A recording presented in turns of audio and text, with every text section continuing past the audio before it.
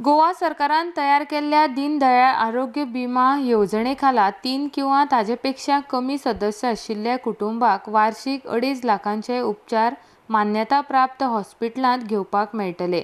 त्या खातीर विमा कार्डाचो वापर क्रेडिट कार्डाप्रमाण करपाक मेळटलो। 4 किंवा ताचेपेक्षा अधिक सदस्य आशिल्ल्या कुटुंबाक 4 लाखांचे विमो कवच मेळटले। कुटुंबातल्या एका परस चड आशिल्ल्या सदस्यांक मेळून वर्सभरांत कमाल 4 लाख रुपया वैद्यकीय उपचाराचेर खर्च करपाक मेळटले। ताचे खातीर हप्तो आरोग्य खाते भरतले। कार्डधारकांक फक्त विमा कार्ड तयार करपाचो खर्च करचो पडटलो।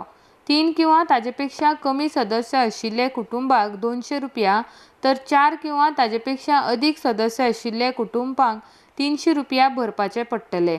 विम्याचो हप्तो गोंय सरकार भरतले। गोंयांत किमान 5 वर्सां वास्तव आशिल्ल्या सगळ्या गोंयकारांक ह्या येवजणेचो लाव घेवपाक मेळटलो। युनायटेड इन्शुरन्स कंपनी मार्फत ही योजना राबयतले। कार्ड तयार करपाचें काम 1 जूना सावन चालू जातलें।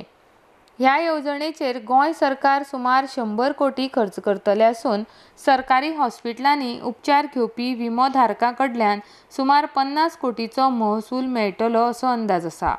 एखाद्या कुटुंबाक 4 लाख रुपयांपेक्षा अधिक रकमेचो विमो कवच जाय जाल्यार तशी वेवस्था ह्या योजनेंत आसा। ताचे खातीर 4 लाख रुपयांवेल्यान विम्याचो हप्तो संबंदीत व्यक्तीक भरचो पडटलो। त्या खातीर विमा योजना राबोवपी युनायटेड इन्शुरन्स कंपनी कडेन संपर्क सादचो पडटलो। अशा प्रकाराची तरतूद करपी गोंय हें देशांतलें पयलेंच राज्य आसा। आरडेक्स गोवा ब्युरो रिपोर्ट।